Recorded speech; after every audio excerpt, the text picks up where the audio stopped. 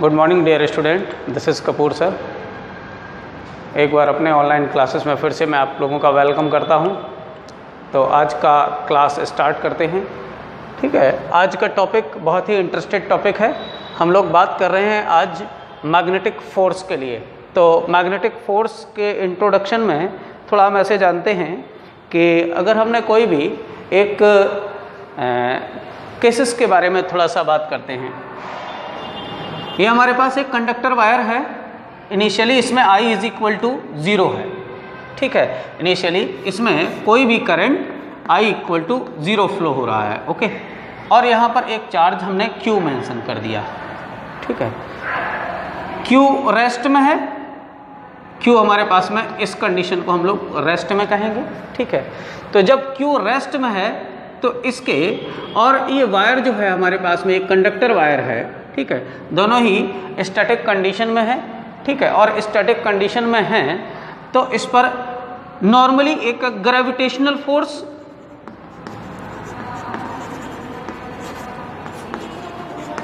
जो कि हमारे चार्ज पार्टिकल के मास को लेकर के होता है वो एग्जिस्ट कर रहा है। और अगर इस कंडक्टर वायर को हम ऐसे मान लें कि इस पर चार्ज 0 है, क्योंकि ये न्यूट्रल है। ठीक है, नॉर्मल कंडीशन में ये हमारे पास में कंडक्टर, इंसुलेटर और सेमीकंडक्टर सभी का बिहेवियर्स जो होता है वो उदासीन होता है या न्यूट्रल होता है। तो Q इक्वल टू 0 हो जाएगा, तो इनके बीच में इलेक्ट्रोस्टैटिक फोर्स भी नहीं होगा। ठीक है, इस कंडीशन में इलेक्ट्रोस्टैटिक फोर्स भी नहीं होगा। Okay, clear. अच्छा, अब एक दूसरी चीज को हम लोग एज्यूम करते हैं। वायर वही है, ठीक है, और यहाँ पर हम लोग I की वैल्यू ग्रेटर देन 0 मीन्स कि कुछ I की वैल्यू बनाते हैं, कुछ I इसमें थ्रो करते हैं और चार्ज हमारे पास में यहाँ पर ये Q रुका हुआ है। ठीक है, हमारे पास में दोनों चार्ज एक कोई डिस्टेंस पे हो गए। ठीक है, the rate of flow of charge is called the current. तो इसमें एक चार्ज पहले फ्लो हो गया होगा, तब करंट जनरेट हुआ, मीन्स के एक ये चार्ज और एक ये charge. Now we consider this is Q1 and this is Q2। तो हमारे पास में 2 charge separate at a distance R therefore the electrostatic force exist. मतलब हमारे पास एक कूलाम का बल जो होगा, ठीक है, वो इन दोनों के बीच में लग रहा होगा। क्लियर। तो ये दोनों के बीच में जब हमारे पास में एक कूलम्बिक फोर्स एक्ट कर रहा है, मीन्स यहां तक तो हम क्लियर थे।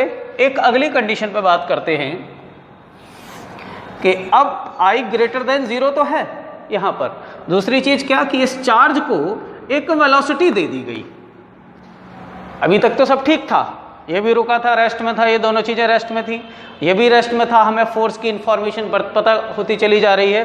But when this charge is moving with a velocity, therefore they deviate from that path, either this side or this side। Depend करेगा कि करंट की डायरेक्शन क्या है, कि ये या तो इधर मुड़ गया या फिर ये इधर मुड़ गया, दोनों चीज़ों में। मतलब कि इस पर एक कोई इसके पाथ को जो डाइवर्ट करने वाला एक फोर्स लगा, वो कोई एक नया फोर्स था। इसकी स्टडी की और स्टडी करने के बाद में ये बात पूरी तरह से सामने पता चल करके आती है कि ये जो फोर्स काम कर रहा था, इस पर जो फोर्स काम कर रहा था, वो फोर्स ना ही इलेक्ट्रोस्टैटिक्स था,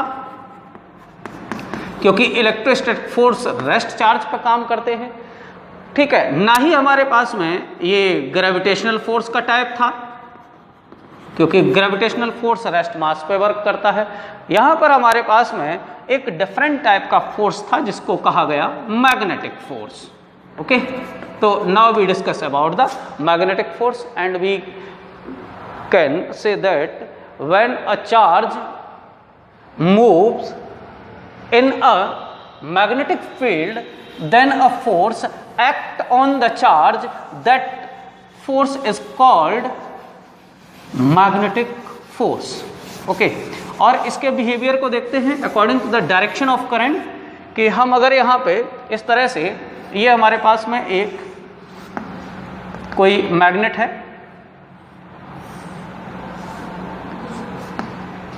क्लियर। तो हमारे पास में हमने इस मैग्नेटिक फील्ड में, ठीक है, एक चार्ज को फ्लो कर दिया। ठीक है, एक चार्ज को थ्रो कर दिया, एक करंट जब आई फ्लो हो रही है तो इस वायर पर जो फोर्स एक्ट करता है वो परपेंडिकुलर फोर्स इस तरह से एक्ट करता है। ठीक है, अगर हम इसको एक दूसरे सेंस में देखते हैं कि अगर करंट की डायरेक्शन को हम चेंज कर देते हैं, ये तो perpendicularly downward this force act,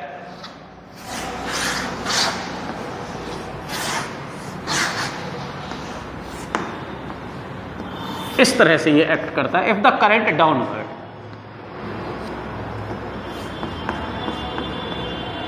तो आप लोग ये बोल सकते हैं कि सर इस फोर्स की डायरेक्शन क्या होगी।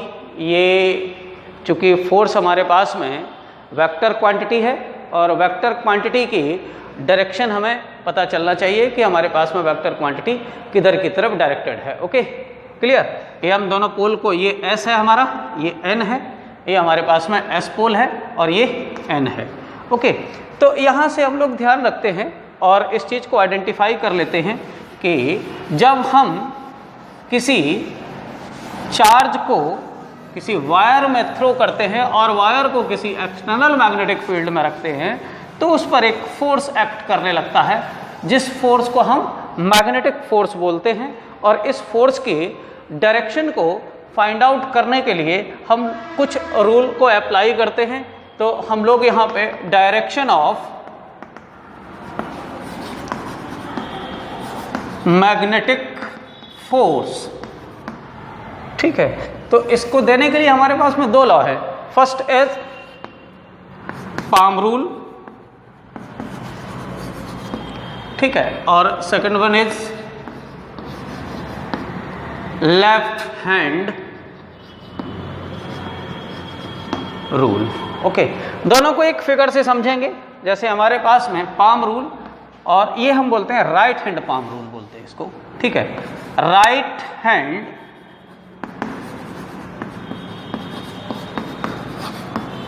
Palm rule.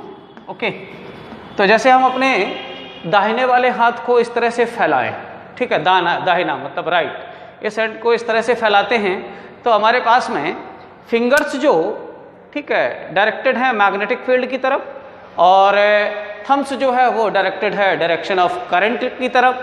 तो हमारे पास में जो फोर्स अप्लाई हो रहा होगा वो परपेंडिकुलर टू द पाम होगा। जैसे इस फिगर को हम ऐसे बना लेते हैं, जैसे हमारे पास में, ठीक है, इस तरह से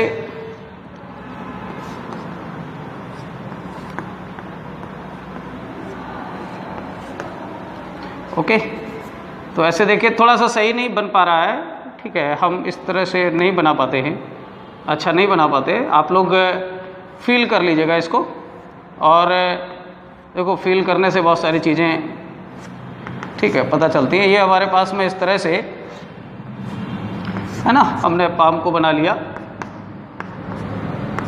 I don't know more about that. तो ये हमारे पास में जो डायरेक्शन शो करेगा, हमारे पास में ये डायरेक्शन किसकी है, मैग्नेटिक फील्ड की, ओके, और ये डायरेक्शन किसकी है, करंट की। तो हमारे पास में जो फोर्स एक्ट कर रहा होगा वो परपेंडिकुलर टू द पाम होगा। आप एक चीज को ध्यान रखिएगा, ये परपेंडिकुलर टू द पाम होगा जो फोर्स एक्ट कर रहा है। ओके, क्लियर। अच्छा, इसी तरह से अगर हम लेफ्ट हैंड रूल को देखें तो लेफ्ट हैंड रूल में आप देख रहे होंगे ये हमारा राइट हैंड पाम रूल हो गया, ठीक है। अब हम बात कर रहे हैं लेफ्ट हैंड रूल पे। तो लेफ्ट हैंड को अगर हम इस तरह से फैलाते हैं, अपने लेफ्ट हैंड की 3 फिंगर है जो थम्स, इंडेक्स फिंगर और मिडिल फिंगर, कि तीनों एक दूसरे के परपेंडिकुलर, मतलब ये इस पे 90 डिग्री पे, ये इसके साथ 90 डिग्री पे और ये इसके साथ भी 90 डिग्री पे। तो तीनों हमारे पास में X Y Z axis 3D plane जो होता है या रेफरेंस प्लेन, उसके अकॉर्डिंगली तो हम यहाँ पर देखते हैं कि तीनों फिंगर को हमने इस तरह से फैलाया, जैसे हमारे पास में इस तरह से कि ये हमारी इंडेक्स फिंगर है, ओके, ये हमारी मिडिल फिंगर है, ठीक है, क्लियर। ये हमारे पास में इस तरह से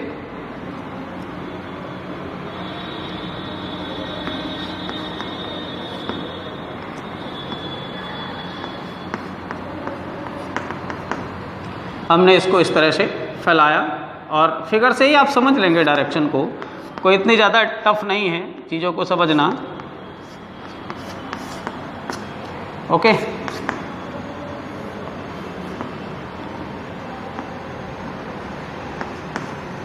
क्लियर। तो ये हमारे पास में index finger towards the direction of magnetic field and this is towards the direction of current.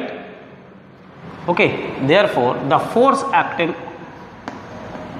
To the direction of thumb means कि अगर हमारे पास में इंडेक्स फिंगर की तरफ मैग्नेटिक फील्ड चुंबकीय क्षेत्र जा रहा है और मिडिल फिंगर की तरफ करंट जा रहा है, तो हमारे पास में फोर्स जो होगा वो थंब की तरफ रिप्रेजेंट होगा। ये दोनों रूल को आप लोग अच्छे तरीके से देख लीजिएगा, और अगर आपके पास में ये रूल क्लियर हो गए हैं दोनों देख करके, तो हम लोग आगे के टॉपिक पे बात करते हैं। क्लियर, आप देख लीजिएगा, फिगर से ही क्लियर हो जा रहा है। तो फोर्स का हम लोगों का मैग्नेटिक फोर्स का इंट्रोडक्शन ये हो गया, डायरेक्शन भी पता चल गई। अच्छा, फोर्स किसी भी टाइप का हो, यूनिट न्यूटन ही होगी, क्योंकि न्यूटन के अलावा कोई फोर्स पे वर्क नहीं किया है।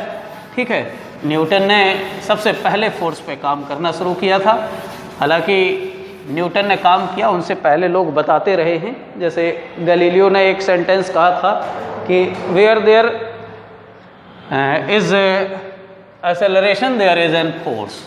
ठीक है, देयर इज अ फोर्स, मतलब जहाँ कहीं भी एक्सेलरेशन है वहाँ पर फोर्स है। क्लियर, चलिए तो आगे बात करते हैं हम लोग, है ना। नेक्स्ट एक हेडिंग डाल देते हैं, और हेडिंग है magnetic force on a moving charge in uniform magnetic field.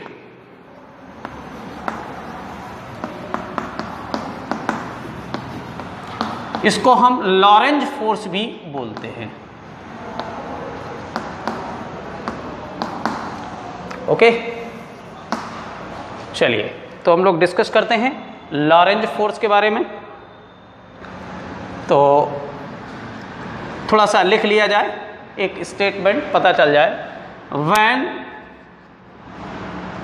A charge, और चार्ज को हम Q से डिनोट करते हैं, ठीक है, as moving in a uniform magnetic field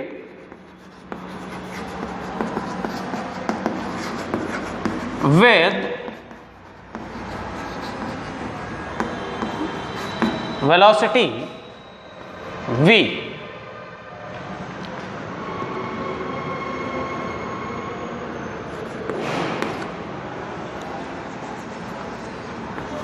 and ये बाद में डिस्कशन करेंगे कि परपेंडिकुलर है या, ठीक है, टुवर्ड्स द डायरेक्शन में। क्लियर, तो ये हमारे पास में then a force act on the charge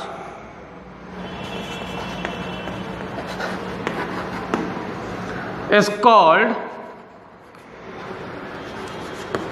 magnetic force, और इसी को हम बोलते हैं लॉरेंज फोर्स। ओके, तो हम लोग इसकी वैल्यू फाइंड आउट कर लेते हैं। तो हमारे पास में एक केस ये है कि हमारे पास कोई एक प्लस Q चार्ज है जो मैग्नेटिक फील्ड B, ये हमारे पास में B जिधर एक्ट कर रहा है उधर Y एक्सिस है। ठीक है, ये हमारे पास में X एक्सिस है और ये Z एक्सिस है। ओके, हमारे पास में चार्ज ये V वेलोसिटी से मूव कर रहा है, प्लस Q चार्ज। ठीक है, ये हमारे पास में मैग्नेटिक फील्ड है। तो यहाँ पर जो फोर्स एक्ट करेगा वो जेड की डायरेक्शन में एक्ट कर रहा होगा, means perpendicular to the plane. तो यहाँ पर F इज इक्वल टू जो गिवन होगा वो Q B V से दिया जाता है। ओके, क्लियर। इस केस की कंडीशन में क्या कि when the charge moving perpendicular to the magnetic field with the velocity V। Okay, है ना। क्लियर। अगर हमारे पास में परपेंडिकुलर ना हो करके वेलोसिटी v किसी एंगल पे हो, जैसे फॉर एग्जांपल हम इस तरह से कंसीडर कर लेते हैं कि जैसे हमारे पास में ये तो हमारे पास y एक्सिस है और ये z एक्सिस है और ये x एक्सिस है। अब हमारा पार्टिकल जो प्लस q चार्ज है वो हमारा plus q charge x axis की डायरेक्शन में ना हो करके किसी थीटा एंगल पे है मैग्नेटिक फील्ड से, ये एंगल थीटा पे v वेलोसिटी से मूव कर रहा है। ओके, तो यहाँ पे हम इसके रेक्टेंगुलर कंपोनेंट ड्रॉ कर लेते हैं। क्लियर। तो ये हमारे पास में x एक्सिस की डायरेक्शन में जो कंपोनेंट आएगा वो v sin थीटा होगा और ठीक है, इसका जो पैरेलल या हॉरिजॉन्टल कंपोनेंट आएगा वो v cos थीटा होगा towards the direction of magnetic field या parallel to the direction of magnetic field. तो इस कंडीशन में जो फोर्स मिलेगा वो मुझे F equal to, condition second के फोर्स की बात कर रहा हूं मैं, F equal to Q B, ठीक है, V sin theta. Okay, clear. तो now we have to find out the vector form of this Q B cross B. We well known about that magnetic field also the vector quantity and velocity is also the vector quantity. So now we study about the magnetic force on a moving charge in a uniform magnetic field. इसको हम Lorentz force भी बोलते हैं। इसके दोनों cases पर discussion हुआ। This is a case 2। Okay, clear. दोनों केसेस पे हम लोगों ने डिस्कशन किया। आगे बात करते हैं। ठीक है, अब हमारे पास में कोई भी एक पार्टिकल है अगर मैग्नेटिक फील्ड में एंटर करता है किसी एक एंगल पर, तो हमारे पास में मैग्नेटिक फील्ड के लिए मैग्नेटिक फोर्स का बिहेवियर कैसा होगा। तो नाउ वी डिस्कस अबाउट, ठीक है, आप एक अगली हेडिंग कर सकते हैं कि magnetic force on a moving charge in a magnetic field। Okay, तो चलिए हम लोग अगली हेडिंग डालते हैं।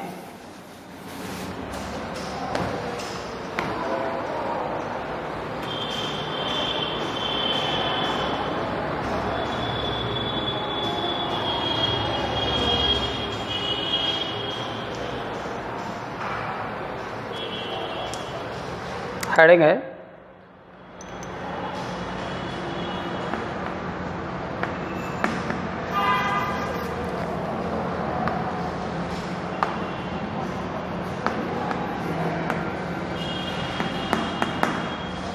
magnetic force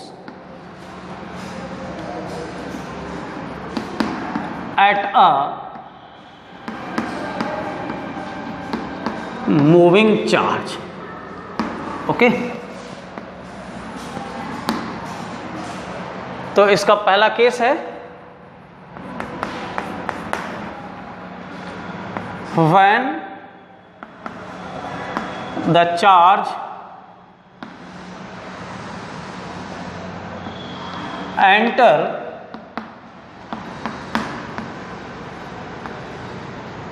perpendicularly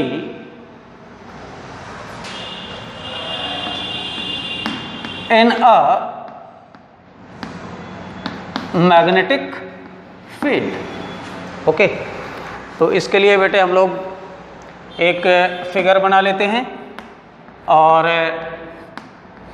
आप लोग याद रखिएगा कि फिगर बनाने में हम लोग किसी भी तरह से, ठीक है, फ्रस्ट्रेशन फील नहीं करेंगे।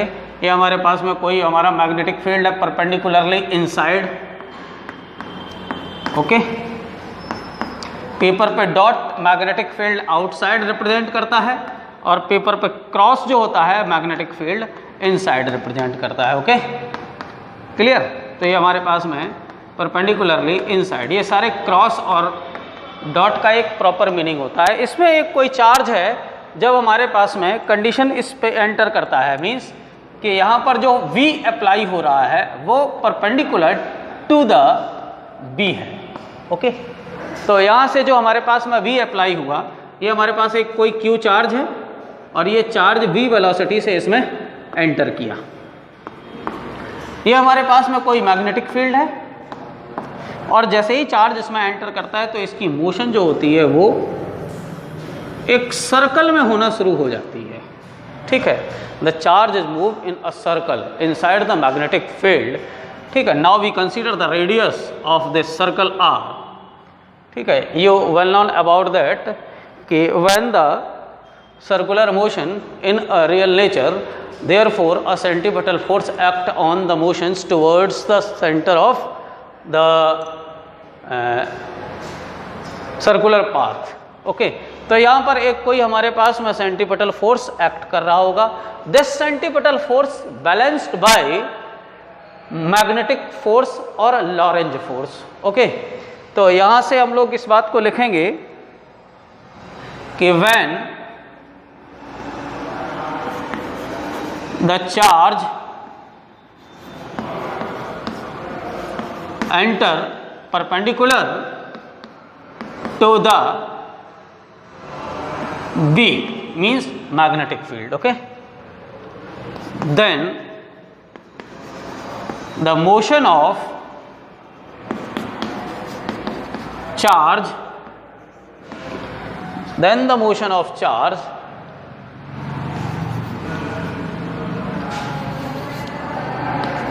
is circular and the required centripetal force, जो अभी केंद्र बल बोला जाता है, centripetal force found by Lorentz force, okay. तो यहां पे हम लोग बात कर लेते हैं कि if the mass of charge particle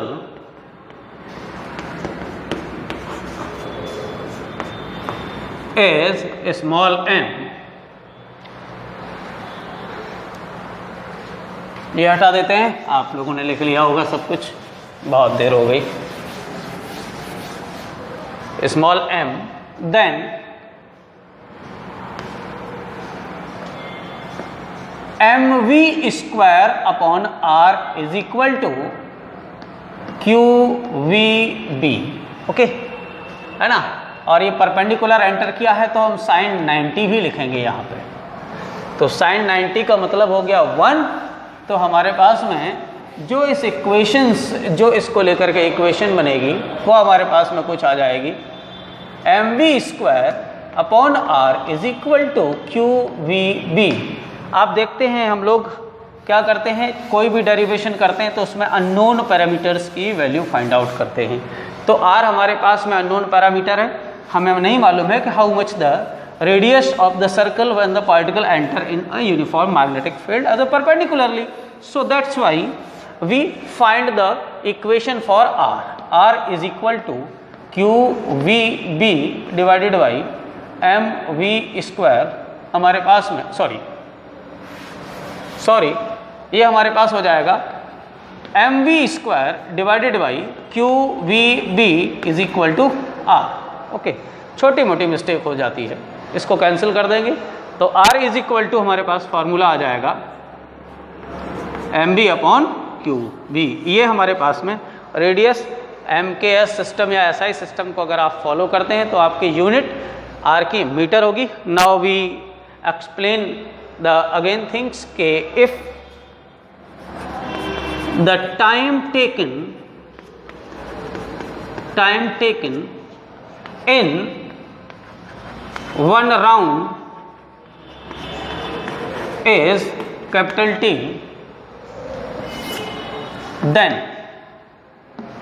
T is equal to, हमारे पास टोटल डिस्टेंस कितनी ट्रेवल्ड हो रही है, सरकमफेरेंस मतलब 2 पाई r डिवाइडेड बाई हमारे पास में वेलोसिटी कितनी है, v है। r की वैल्यू पुट करते हैं तो T equal to 2 pi r हमारे पास में आया है mv अपॉन qv, ठीक है। और ये हमारे पास v आ जाएगा, v से v कैंसिल हो जाएगा। t is equal to 2 pi m divided by qv, कोई कंफ्यूज नहीं होगा, टी टाइम होता है, यूनिट सेकंड होगा, क्लियर। और हमारे पास में एक चीज़ और मालूम है कि the number of round in 1 second is called the frequency, it is reciprocal to the time period, the frequency of frequency n is equal to 1/t, therefore n is equal to qb upon 2 pi m, और इसको हम पर second और hertz से major करते हैं, ठीक है, क्लियर। और बताओ मोशन वाले पार्टिकल के लिए क्या चीज़ रह गई, ठीक है, एक चीज़ और रह गई, काइनेटिक एनर्जी, ठीक है। काइनेटिक एनर्जी के इक्वल टू हाफ mv², ठीक है। हमारे पास में हाफ mv² का मतलब हो गया कि mv² की वैल्यू अगर रख देते हैं तो हमारे पास में क्या आ जाती है, यहाँ से अगर v की वैल्यू रखेंगे तो हाफ m इंटू वी का मतलब आ जाएगा r³ डिवाइडेड बाई m, और ये होल स्क्वायर हो गया, मतलब half m into r³ whole square divided by m², ये कैंसिल हो गया। तो k इक्वल टू हमारे पास फार्मूला आ जा रहा है q² r² d² divided by 2m, और एनर्जी को हम SI सिस्टम में मेज़र करेंगे तो जूल से, ओके। यूनिट क्या होगी, जूल। और याद रखिएगा कि हमारे पास एनर्जी कैसी क्वांटिटी है, energy is the scalar quantity, so there is no requirement of the direction, ठीक है। Class is over now, thank you.